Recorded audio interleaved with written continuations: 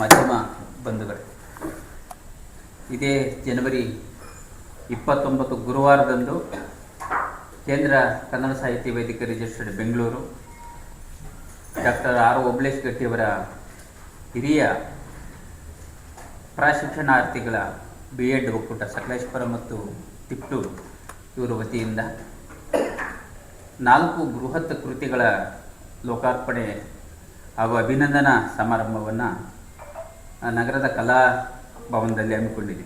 ಅಂತ KN ಬಲರಾಮ್ ಅವರು, K Ranganath ಅವರು BEO, ಪದ್ಮಪ್ರಸಾದ್ ಅಂತ ತುಮಕೂರಿನ ವಿಶ್ರಾಂತ ಪ್ರಾಧ್ಯಾಪಕರು, ಜಗನ್ನಾಥ್ K ಡಾಂಗಿ ಅಂತ ನಮ್ಮ ಕುವೆಂಪು ವಿವಿ ಶಿವಮೊಗ್ಗದಿಂದ ಅವರು ಬರ್ತಾ ಇದ್ದಾರೆ. ಮತ್ತು ಇಲ್ಲಿನ ಹಿರಿಯ ಪತ್ರಕರ್ತರು ಅವರ ಒಡನಾಡಿಗಳಾದಂತಹ ಲೀಲಾವತಿ ಮೇಡಮ್ ಅವರು, RP ವೆಂಕಟೇಶ್ ಮೂರ್ತಿ ಸರು, ಮದನಗೌಡರು, JR ಕೆಂಚೇಗೌಡರು, ಉದಯ ರವಿ ಸರ್ ಅವರು, ರವಿನಾಥ್ಲಗೌಡ ಅವರು, ಹಾಗೆಯೇ ನಾಗರಾಜ್ ಎತ್ತೂರವರು, ಇಷ್ಟು ಜನ ಅವರ ಒಡನಾಡಿಗಳು ಅವತ್ತು ಅಲ್ಲಿ ವೇದಿಕೆಯಲ್ಲಿ ಇರ್ತಾರೆ. ಜೊತೆಗೆ ಇನ್ನೂ ವಿಶೇಷ ಅಂತಂದರೆ ಅವತ್ತು 400ರಿಂದ 500 ಪ್ರಶಿಕ್ಷಣಾರ್ಥಿಗಳು ಭಾಗವಹಿಸ್ತಾರೆ ಅವತ್ತಿನ ಒಂದು ಕಾರ್ಯಕ್ರಮದಲ್ಲಿ. ಯಾಕಂದರೆ ಅವತ್ತು ಬಿಡುಗಡೆ ಆಗ್ತಕ್ಕಂಥ ಇವರು ಎಲ್ಲ ಬೃಹತ್ ಗ್ರಂಥಗಳು ಶಿಕ್ಷಣ ಮತ್ತು ಭಾಷೆಯನ್ನು ಕುರಿತಾಗಿರೋದ್ರಿಂದ ಇವತ್ತೇನು ಪ್ರಶಿಕ್ಷಣಾರ್ಥಿಗಳ BEd ಕಾಲೇಜಿನ ವಿದ್ಯಾರ್ಥಿಗಳಿಗೆ ಅತ್ಯುಪಯುಕ್ತವಾದಂಥ ಮಾಹಿತಿ ಅವತ್ತು ದೊರೆಯೋದ್ರಿಂದ ಅವತ್ತು ಇಲ್ಲಿನ 5ರಿಂದ 6 ಕಾಲೇಜಿನ ಪ್ರಶಿಕ್ಷಣಾರ್ಥಿಗಳು 400ರಿಂದ 500 ಮಕ್ಕಳು ಅವತ್ತು ಅಲ್ಲೇ ಭಾಗವಹಿಸ್ತಾರೆ. ಮಕ್ಕಳು ದೊಡ್ಡರು ವಿದ್ಯಾರ್ಥಿಗಳು, BEd ವಿದ್ಯಾರ್ಥಿಗಳು. NDRK ಶಿಕ್ಷಣ ಮಹಾವಿದ್ಯಾಲಯದ ಡಾಕ್ಟರ್ ಮೋಹನ್ ಕುಮಾರ್ ಇರ್ತಾರೆ ಪ್ರಾಂಶುಪಾಲರು. ಅದೇ ರೀತಿ ಶ್ರೀರಂಗ ಶಿಕ್ಷಣ ಮಹಾವಿದ್ಯಾಲಯದ ಪ್ರಾಂಶುಪಾಲರಾದ ನವೀನ್ ಕುಮಾರ್ ಅವರು, ರಾಜೀವ್ ಶಿಕ್ಷಣ ಮಹಾವಿದ್ಯಾಲಯದ ಪ್ರಾಂಶುಪಾಲರಂತ ಮಿನಿ ವರ್ಗೀಸ್ ಅವರು, ಹಾಗೆ SVM ಶಿಕ್ಷಣ ಮಹಾವಿದ್ಯಾಲಯದ ಪ್ರೊಫೆಸರ್ ದೇವರಾಜ್ ಅವರು, JSS ಶಿಕ್ಷಣ ಮಹಾವಿದ್ಯಾಲಯದ ಡಾಕ್ಟರ್ ನಂಜುಂಡಪ್ಪ ಅವರು, ಹಾಗೆ ವಿವೇಕಾನಂದ ಶಿಕ್ಷಣ ಮಹಾವಿದ್ಯಾಲಯ ಅರಸೀಕೆರೆಯ ಮಲ್ಲಿಕಾರ್ಜುನ್ B ಕೊಡವಕ್ಕಲಿಗೆ ಅವರು, ಹಾಗೆಯೇ ಅನಂತ ಸದ್ವಿದ್ಯಾ ಶಿಕ್ಷಣ ಮಹಾವಿದ್ಯಾಲಯದ ಹರೀಶ್ ಅವರು. ಈ ರೀತಿ ಎಲ್ಲ ಅತಿಥಿಗಳು ಅವತ್ತು ಭಾಗವಹಿಸ್ತಾರೆ. ಇದೊಂದು ಒಂದು ಸ್ಮರಣೀಯ ಕಾರ್ಯಕ್ರಮ ಅಂತ ನಾನು ಭಾವಿಸ್ತಾ ಅದರ ಆಹ್ವಾನ ಪತ್ರಿಕೆಯ ಪ್ರಸ್ತಾವನೆಯನ್ನು ನಾನು ಮುಗಿಸ್ತೇನೆ. ನೀವು ಮಾತಾಡಿ.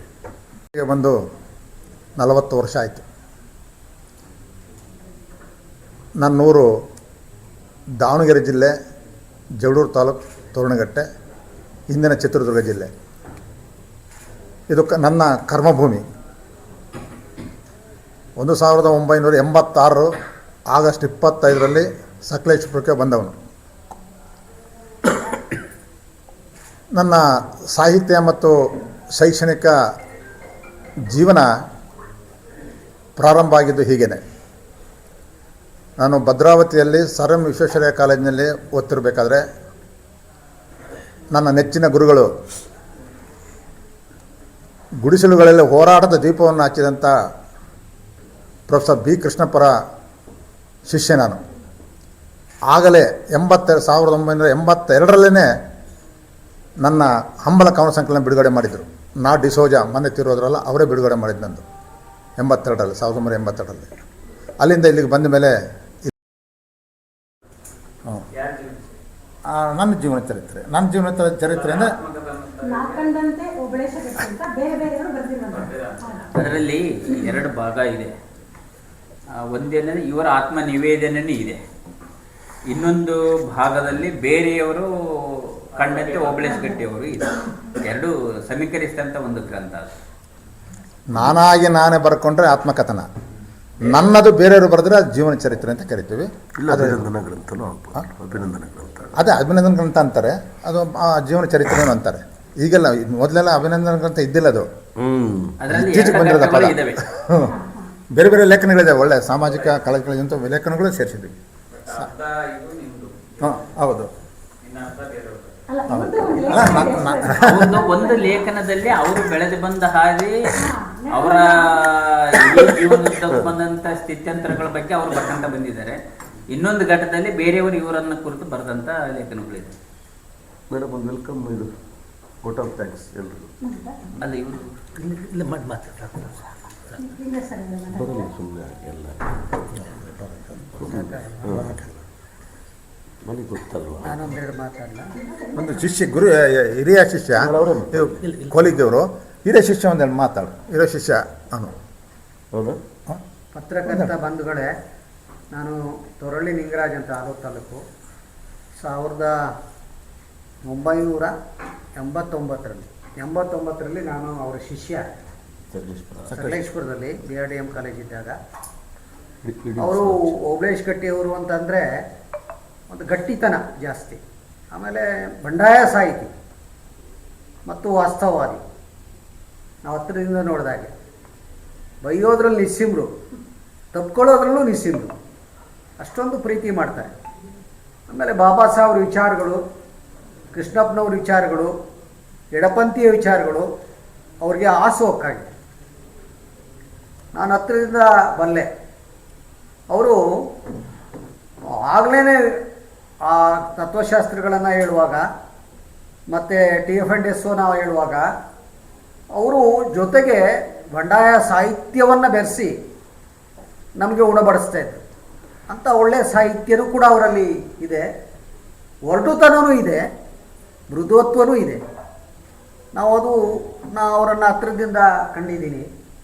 ಮತ್ತು ಅವರು ಲಿಮ್ಕಾ ರೆಕಾರ್ಡ್ನಲ್ಲಿ 48 ಗಂಟೆಗಳ ಕಾಲ ಸತತವಾಗಿ ಉಪನ್ಯಾಸ ನೀಡಿದ್ದಾರೆ. ಉಪನ್ಯಾಸ ನೀಡೋದರಲ್ಲಿ ಅವರಿಗೆ ಯಾವಾಗಲೂ ಹಸಿವು ಬಿಟ್ಟರೆ, ದಹ ಬಿಟ್ಟರೆ ಅವರು ನಿಜವೂ ಕೂಡ ವಿಶ್ರಾಂತಿನೇ ಪಡೆದಿಲ್ಲ ಅನ್ನೋ ಮಟ್ಟಕ್ಕೆ ಅವರು ನಿಂತ್ಕೊಂಡು ಮಾತಾಡುವಂಥ ಒಂದು ಚಾಕಚಕ್ಯತೆ, ಧೈರ್ಯ ಮತ್ತು ವಿಷಯ ಸಂಪತ್ತು ಅವರಲ್ಲಿ ಇದೆ. ಆ ಕಾರಣಕ್ಕೆ ಅವರನ್ನು ನಮ್ಮ ಸುಮಾರು ನಾನು ಕಂಡ ಹಾಗೆ 1989ರ ಅವಧಿಯಲ್ಲಿ ದಲಿತ ಚಳವಳಿಯಲ್ಲಿ ಸುಮಾರು ಕೆಲಸ ಮಾಡಿದ್ದಾರೆ. ರಾತ್ರಿ ವೇಳೆಯಲ್ಲೂ ಕೂಡ ಅವರು ಅಲ್ಲಿ ಸಕಲೇಶ್ಪುರ ಭಾಗದಲ್ಲಿ ಕೆಲವು ಊರುಗಳಿಗೆ ಹೋಗಿ ಆಗ ದಲಿತ ಚಳವಳಿಯ ವಿಷಯಗಳನ್ನು ಅಲ್ಲಿ ಜನರ ಮುಂದಿಡ್ತಾ ಇದ್ದರು. ಅವರ ಒಡನಾಡಿಯಾಗಿ ಅವರು ಬದುಕನ್ನು ಕಟ್ಕೊಂಡಿದ್ದಾರೆ. ಅವರ ಶ್ರೀಮತಿಯವರು ನಾನು ಅವರು ಕ್ಲಾಸ್ಮೇಟ್, ಇಬ್ಬರು B.Edನಲ್ಲಿ ಇಬ್ಬರು ಕೂಡ ಕ್ಲಾಸ್ಮೇಟು. ಹಾಗಾಗಿ ಅವರ ಒಂದು ಸಾಹಿತ್ಯ ನಿಜವೂ ಸಹ ಏನು ಇವತ್ತಿನ ಮಕ್ಕಳು ಏನು ಕಾಂಪಿಟೇಟಿವ್ ಎಕ್ಸಾಮ್ ಮಾಡ್ತಾ ಇದ್ದಾರೋ ಅವ್ರ ಪುಸ್ತಕಗಳನ್ನು ಓದಿದರೆ ಅವರು ಹೆಚ್ಚೆಚ್ಚು ಅಂಕಗಳನ್ನು ಪಡೆಯೋದಕ್ಕೆ ಭಾಳಷ್ಟು ಉಪಯೋಗ ಆಗ್ತದೆ. ಆ ಕಾರಣಕ್ಕೆ 29ನೇ ತಾರೀಕು ನಿಜವೂ ಅವತ್ತು ನಾವು DC ಅವ್ರನ್ನ ಭೇಟಿಯಾದಂಥ ಸಂದರ್ಭ. ಆ DC ಅವರು ನಮ್ಮ ಸ್ನೇಹಿತ ತಿಪ್ಪೇಸ್ವಾಮಿ ಮೈಸೂರು, ನನ್ನ HM ಇದ್ದಾರೆ, ನನ್ನ ಕೊಲೀಗ್ ಅವರು, ಅವರ ಸಂಬಂಧಿಕರು ಅಂತ ಗೊತ್ತಾಗಿ ಆ ಪುಸ್ತಕಗಳನ್ನು ಕೊಟ್ಟಾಗ ಹುಡುಕ್ತಾ ಇದ್ರು. ಎಲ್ಲಪ್ಪ ಆ ಪುಸ್ತಕಗಳು, ನಾನು ನೋಡಿದೆ.